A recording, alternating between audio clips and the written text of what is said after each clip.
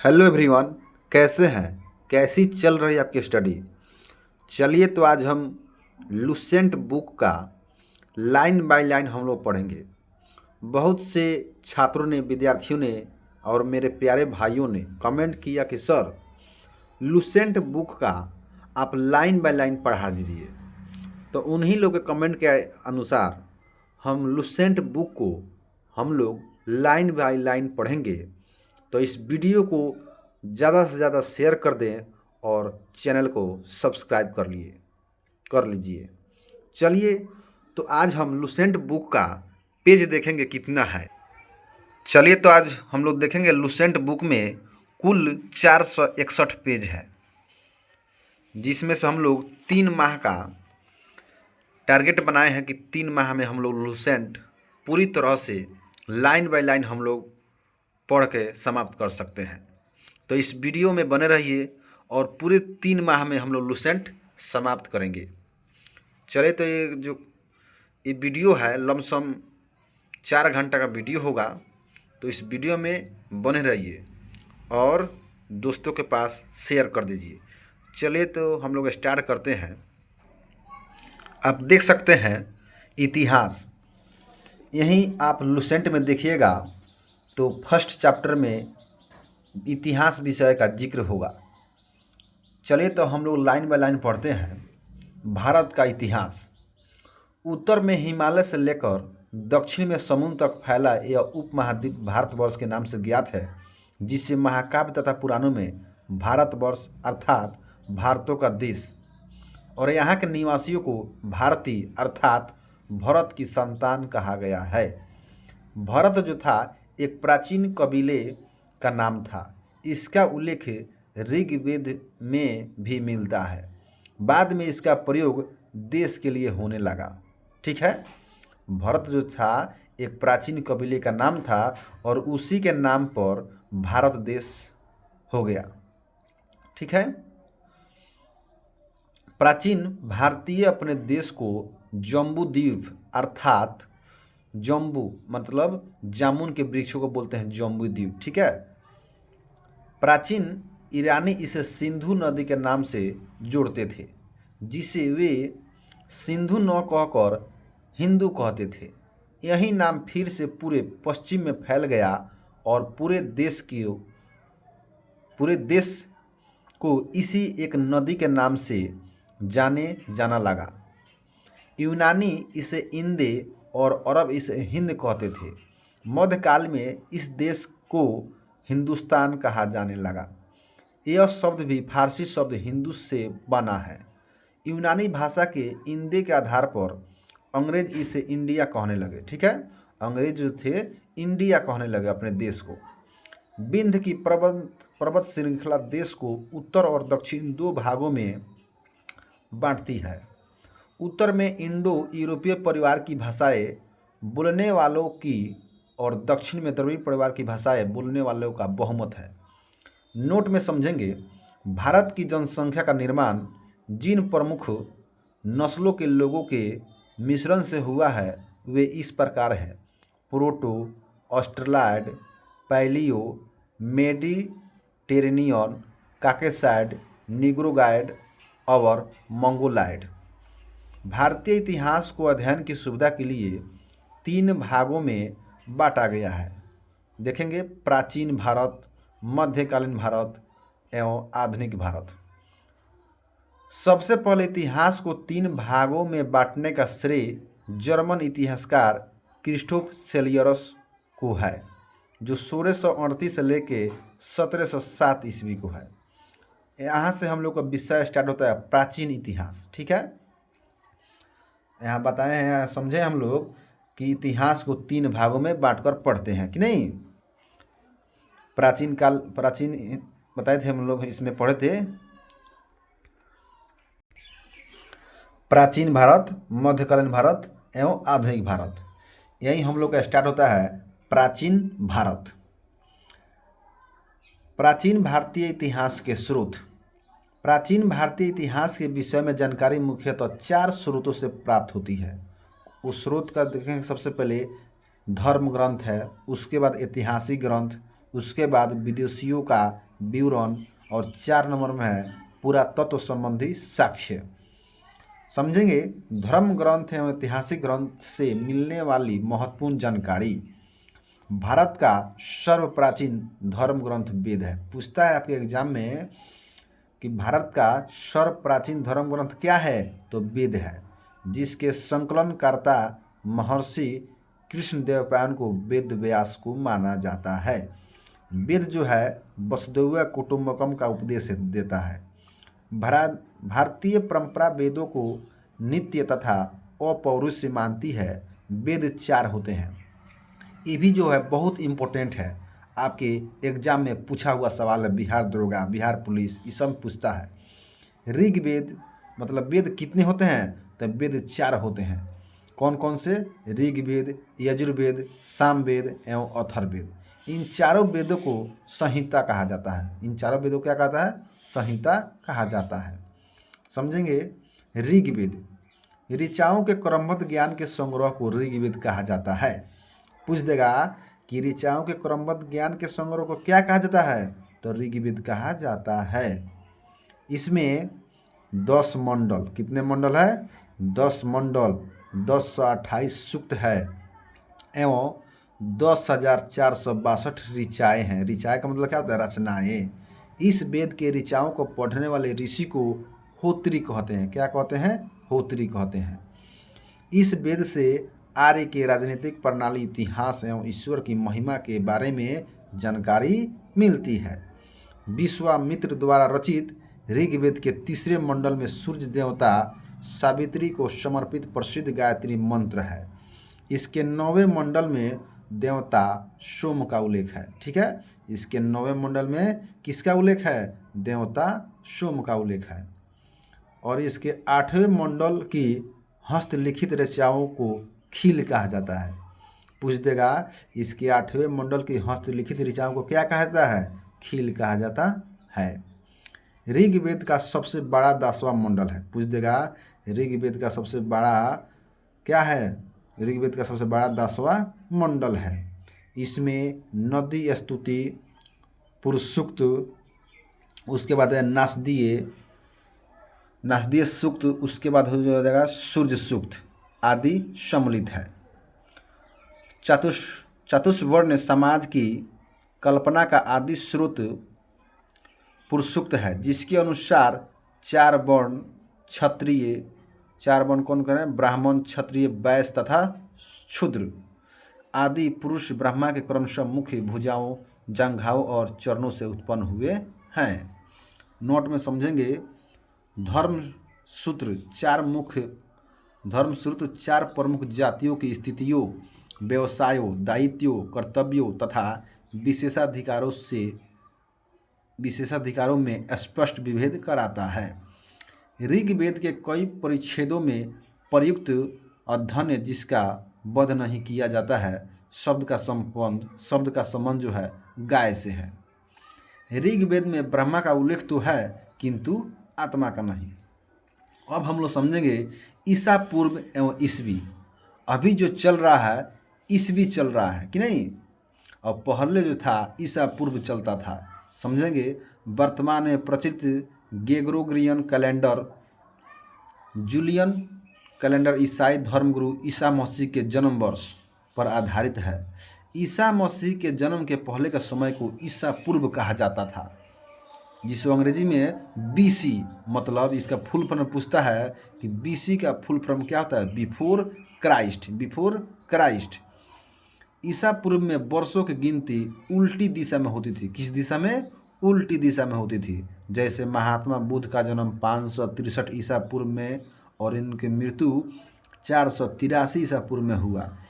यानी ईसा मसीह के जन्म के 563 वर्ष पूर्व महात्मा बुद्ध का जन्म 483 वर्ष पूर्व मृत्यु हुई। ईसा मसीह के जन्म तिथि से आरंभ हुआ सन ईसवी सन कहलाता है। ईसा मसीह के जन्म तिथि से आरंभ हुआ सन ईसवी सन कहलाता है। और यहाँ हम लोग पढ़े हैं कि ईसा मसीह के जन्म से पहले के समय को ईसा पूर्व कहते थे कि ना जी। ईसा मसीह के जन्म के पहले समय को ईसा पूर्व मतलब ईसा पूर्व मतलब BC कहा जाता था। और यहाँ हम लोग पढ़े हैं कि ईसा मसीह के जन्म तिथि से आरंभ हुआ सन ईसवी सन कहलाता है, जिसको अंग्रेजी में बोलते हैं AD, जिसको एनो डोमिनी कहा जाता है। इसका फुल फॉर्म पूछ देगा, AD का फुल फॉर्म क्या होता है? एनो डोमिनी। चलिए अब हम लोग समझेंगे वामन अवतार के 3 पगों के आख्यान का प्राचीनतम स्रोत ऋग्वेद है।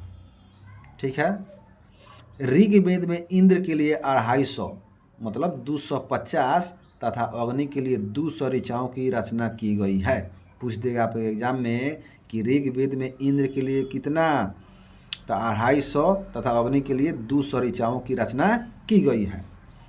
अब हम लोग समझेंगे बहुत इम्पोर्टेंट चीज़, प्राचीन इतिहास के साधन के रूप में वैदिक साहित्य में ऋग्वेद के बाद शतपथ ब्राह्मण का स्थान है। किसका स्थान है? शतपथ ब्राह्मण का स्थान है।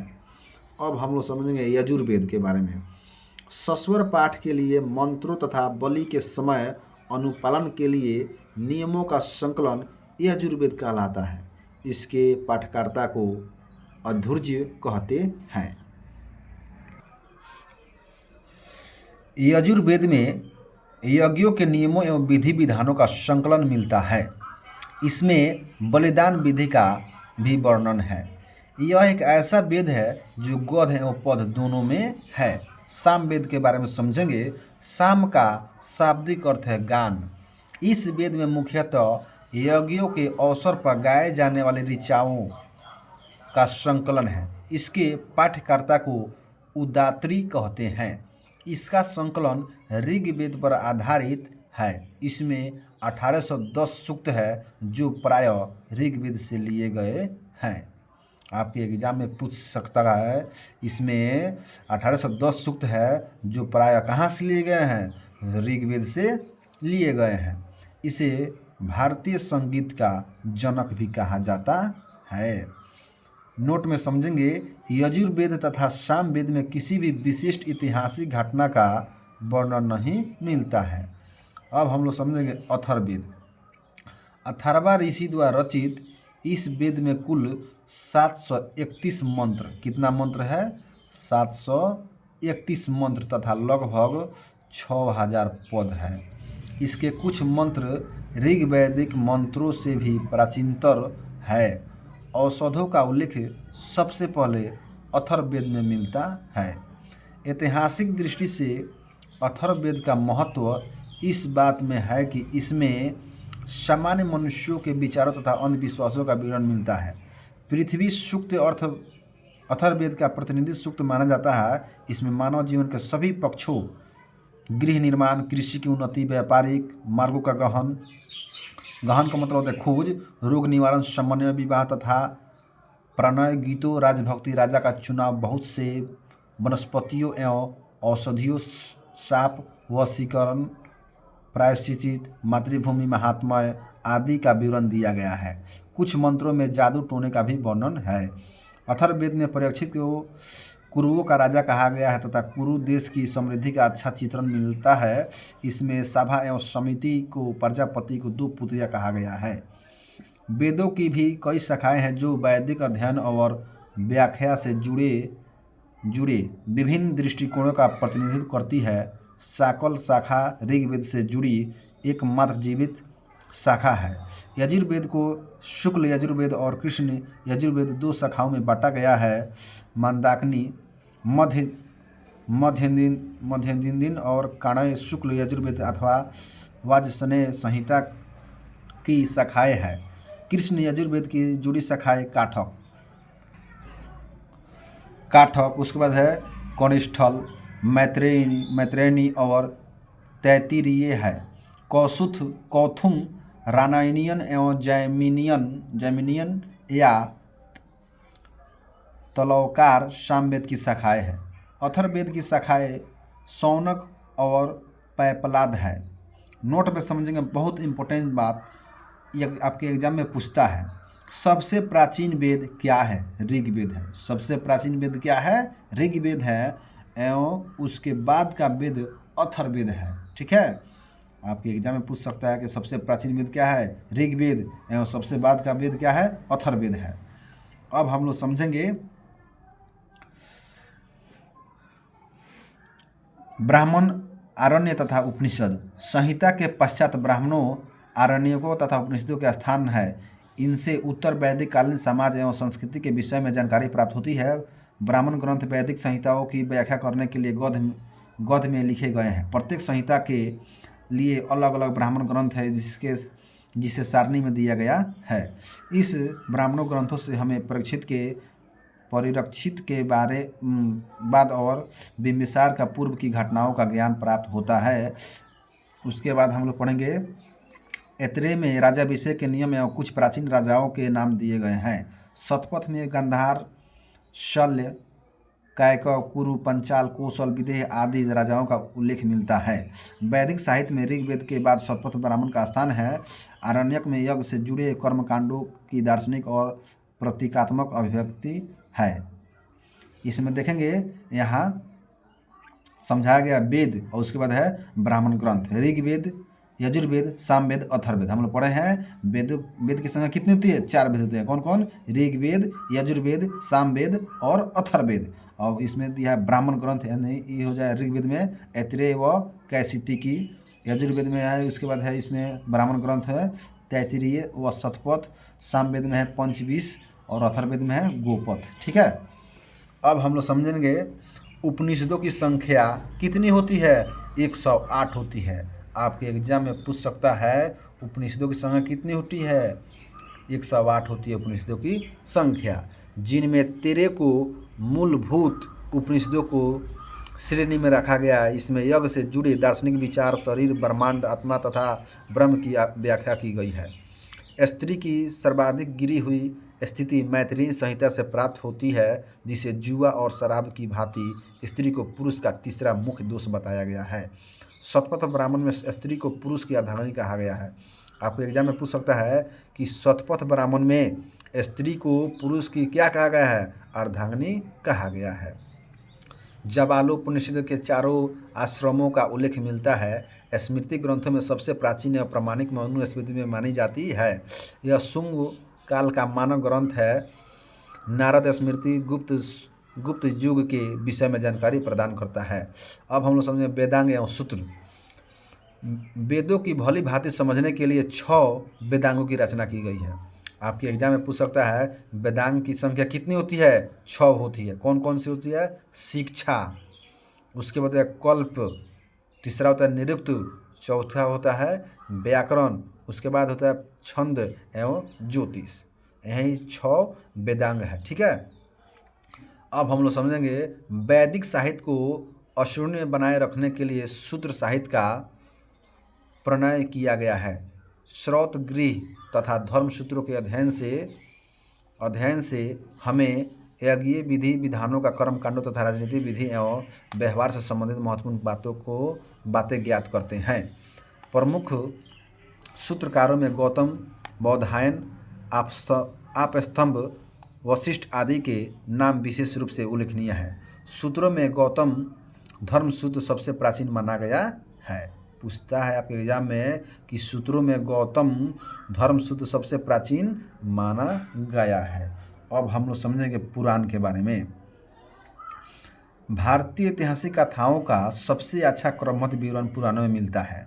इसके रचयिता लोमहर्ष अथवा इनके पुत्र उग्र शर्मा माने जाते हैं। इनकी संख्या 18 है। पूछता है पुराणों की संख्या कितनी होती है, तो पुराणों की संख्या 18 होती है, जिनमें से केवल 5 मत्स्य वायु, कौन कौन से है, मत्स्य, वायु, विष्णु, ब्राह्मण एवं भागवत में ही राजाओं की वंशावली पाई जाती है। पुराणों में मत्स्य पुराण सबसे प्राचीन एवं प्रामाणिक है। आपके एग्जाम में पूछ सकता है पुराणों में मत्स्य पुराण सबसे प्राचीन एवं प्रामाणिक है। चलिए आगे हम लोग समझेंगे। अधिकतर पुराण सरल संस्कृत श्लोक में लिखे गए हैं। स्त्रियां तथा शूद्र जिन्हें वेद पढ़ने की अनुमति नहीं थी वे भी पुराण सुन सकते थे। पुराणों में पाठ का पुजारी मंदिरों में किया करते थे। सामाजिक एवं सांस्कृतिक दृष्टि से अग्नि पुराण का काफ़ी महत्व है। जिसमें राजतंत्र के साथ साथ कृषि संबंधी विवरण भी दिया गया है। नोट: उपनिषदों की रचना पुराणों से पहले हुई थी। उपनिषदों की रचना पुराणों से पहले हुई थी। अब हम लोग समझेंगे बौद्ध, जैन एवं अन्य साहित्य। जातक में बुद्ध की पुनर्जन्म की कहानी वर्णित है। हीनयान का प्रमुख ग्रंथ कथा वस्तु है, जिसमें महात्मा बुद्ध का जीवन चरित्र उनके अनेक कथानकों के साथ वर्णित है। जैन साहित्य को आगम कहा जाता है। आपको एग्जाम में पूछ सकता है, जैन साहित्य को क्या कहा जाता है? आगम कहा जाता है। जैन धर्म का प्रारंभिक इतिहास कल्पसूत्र से ज्ञात होता है। जैन ग्रंथ भागवती सूत्र में महावीर के जीवन कृतियों तथा अन्य समकालीन के साथ उनके संबंध का विवरण मिलता है। अर्थशास्त्र के लेखक पूछता है कौन है? तो अर्थशास्त्र के लेखक चाणक्य, जिसको कौटिल्य या विष्णुगुप्त के नाम से जानते हैं। यह 15 अधिकरणों में 180 प्रकरणों में विभाजित हुआ है। संस्कृत साहित्य में ऐतिहासिक घटनाओं का क्रमबद्ध लिखने का सर्वप्रथम प्रयास कलहन के द्वारा किया गया है। कलहन के द्वारा रचित पुस्तक राजतरंगिणी है। आपके एग्जाम में पूछ सकता है कि राजतरंगिणी पुस्तक किसके द्वारा लिखा गया है? तो कलहन के द्वारा लिखा गया है। इस ग्रंथ में 8 सर्ग है, जिन्हें तरंगों की संज्ञा दी गई है। इसमें प्रारंभ से लेकर 12वीं सदी तक के कश्मीरी शासकों का वर्णन है। अरबों की सिंध विजय का वृत्तांत चचनामा लेखक अली अहमद में सुरक्षित है। अब हम लोग समझेंगे अष्टाध्यायी। पूछेगा आपके एग्जाम में कि अष्टाध्यायी किसके द्वारा लिखा गया है? तो पाणिनि के द्वारा लिखा गया है। और ये भी पूछ सकता है कि संस्कृत भाषा व्याकरण की प्रथम पुस्तक लेखक किनकी है? तो पाणिनि की है। इसमें मौर्य के पहले का इतिहास तथा मध्ययुगीन राजनीतिक व्यवस्था की जानकारी प्राप्त होती है। अब हम लोग समझेंगे अष्टाध्यायी में पहली बार लिपि शब्द का प्रयोग हुआ। अष्टाध्यायी में पहली बार किस चीज़ का प्रयोग हुआ? तो लिपि शब्द का प्रयोग हुआ। कात्यायन की गार्गी संहिता एवं ज्योतिष ग्रंथ है, फिर भी इसमें भारत पर होने वाले यमन आक्रमण का उल्लेख मिलता है। पतंजलि पुष्पमित्र शुंग के पुरोहित थे। इनके महाभाष्य से शुंगों के इतिहास का पता चलता है। अब हम लोग समझे विदेशी यात्रियों से मिलने वाली प्रमुख जानकारी। यूनानी रोमन लेखक टेसियस, यह ईरान का राजवैद्य था। टेसियस था, यह ईरान का राजवैद्य था। भारत के संबंध इसका विवरण आश्चर्यजनक कहानियों से परिपूर्ण होने के कारण अविश्वसनीय है। अब हम लोग समझेंगे हेरोडोटस, इसे इतिहास का पिता कहा जाता है। आपके एग्जाम में पूछा हुआ सवाल है बिहार दरोगा, बिहार पुलिस, हेरोडोटस इतिहास को पिता कहा गया। पूछेगा आपके एग्जाम में इतिहास के पिता किसे कहा जाता है? तो हेरोडोटस को कहा जाता है। इसने अपनी पुस्तक हेरोडोटस की पुस्तक का नाम क्या था? हिस्टोरिका उनकी पुस्तक का नाम था। वे 5वीं शताब्दी ईसा पूर्व में भारत फारस के संबंध का वर्णन किया है, परंतु इसका विवरण भी अनुश्रुति एवं अफवाहों पर आधारित है। सिकंदर के साथ आने वाले लेखकों निरियास, आनेस्क्रियस तथा अरिस्टोबलस के विवरण आदि प्रमाणिक एवं विश्वसनीय है। मेगास्थनीज, यह सेल्यूकस निकट का राजदूत था, जो चंद्रगुप्त मौर्य के दरबार में आया था। इसने अपनी पुस्तक इंडिका में मौर्य युगीन समाज एवं संस्कृति विषय में लिखा है। पूछेगा आपके एग्जाम में इंडिका किसके लेखक है? मेगास्थनीज की पुस्तक है इंडिका के लेखक कौन है? मेगास्थनीज। ठीक है, ये पूछा हुआ सवाल है। बिहार दरोगा रिपीटेड क्वेश्चन पूछाता है। बिहार दरोगा, बिहार पुलिस, रेलवे हो गया, ये सब इसमें क्वेश्चन पूछता है। इंडिका किसके द्वारा लिखा गया है? मेगास्थनीज के द्वारा लिखा गया है। ठीक है, अब हम समझेंगे डाइमेकस, यह सीरियन नरेश अंतियोकस का राजदूत था, जो बिंदुसार के दरबार में आया था। इसका विवरण भी मौर्य युग से संबंधित है। अब हम समझेंगे डायोनुसियस, यह मिस्र नरेश टॉलमी फिल्डेप्स का राजदूत था, जो अशोक के दरबार में आया था। यह सवाल पूछता है टॉलमी, इसने 2री शताब्दी में भारत का भूगोल नामक पुस्तक लिखी थी।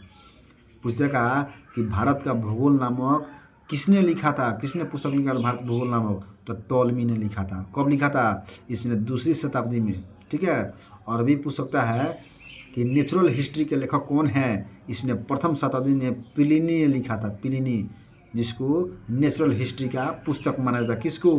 प्लिनी को। ये भी क्वेश्चन बिहार दरोगा में पूछा हुआ सवाल है।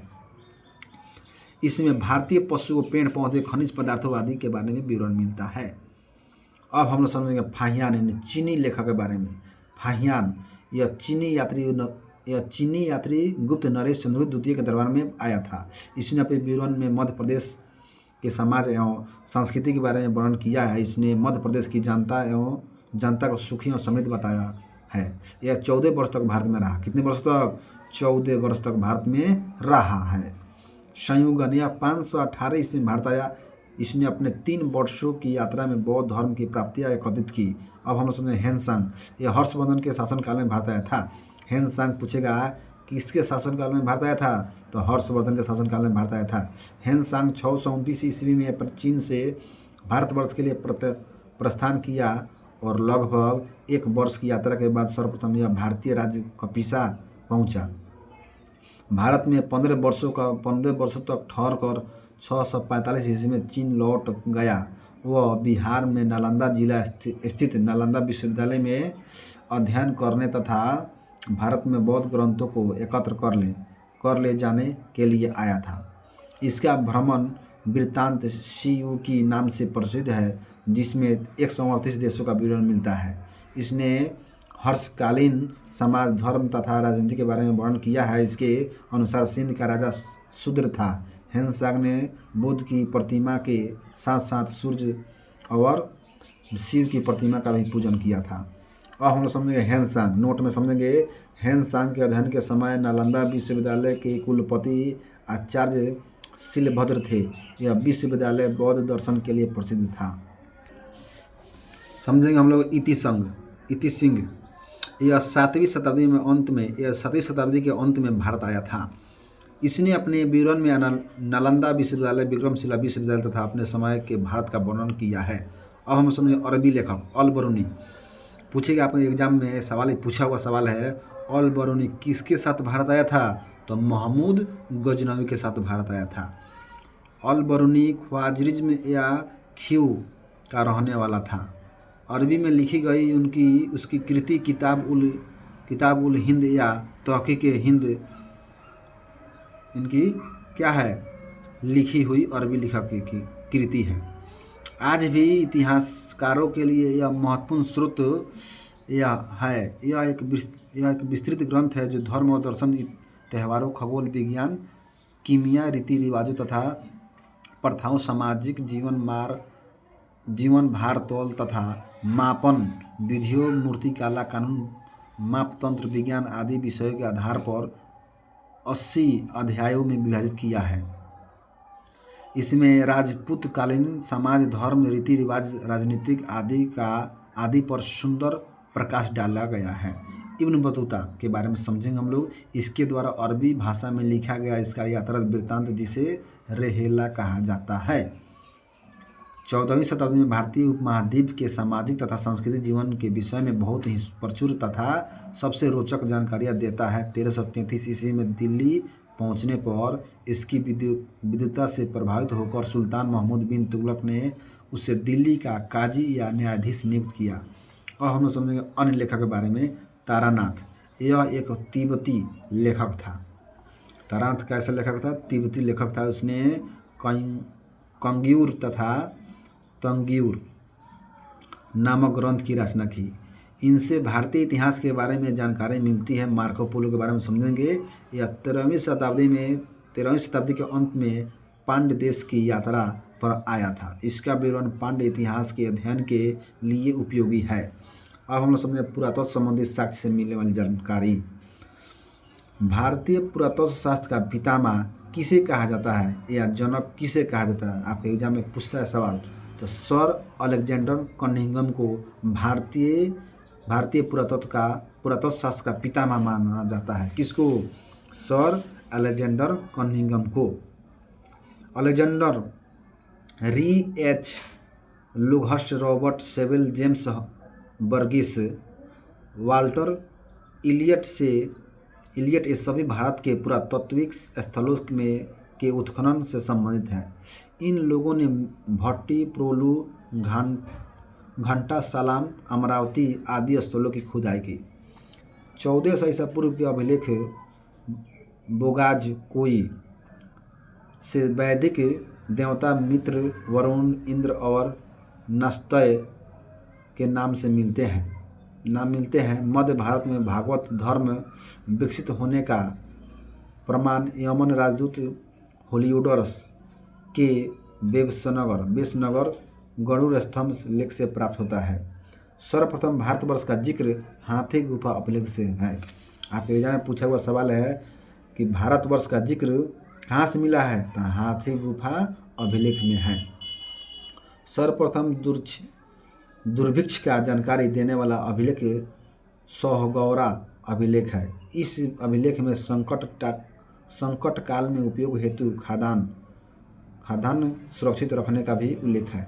सर्वप्रथम भारत पर होने वाला हुन आक्रमण की जानकारी भीतरी स्तंभ लेख से प्राप्त होती है। सती प्रथा का पहला लिखित साक्ष्य किसे प्राप्त है, तो एरन अभिलेख से प्राप्त है। सातवाहन राजाओं का पूरा इतिहास उनके अभिलेखों के आधार पर लिखा गया है। रेशम बुनकर की श्रेणियों की जानकारी मंदसौर अभिलेख से प्राप्त होती है। कश्मीरी नौपसानी पुरस्थलों बुर्ज होम से गर्भावतस का साक्ष्य मिला है। इसमें उतरने के लिए सीढ़ियाँ होती थी। यह मनुष्य के साथ उसके पालतू कुत्ते भी दफनाने की प्रथा प्रचलित थी। नोट में समझिए, पुरास्थल उस स्थानों को कहते हैं जहाँ औजार, बर्तन और इमारतों जैसी वस्तुओं के अवशेष मिलते हैं, उसको बोलते हैं क्या, पुरास्थल। अब हम लोग समझेंगे प्राचीनतम सिक्के को क्या कहा जाता है।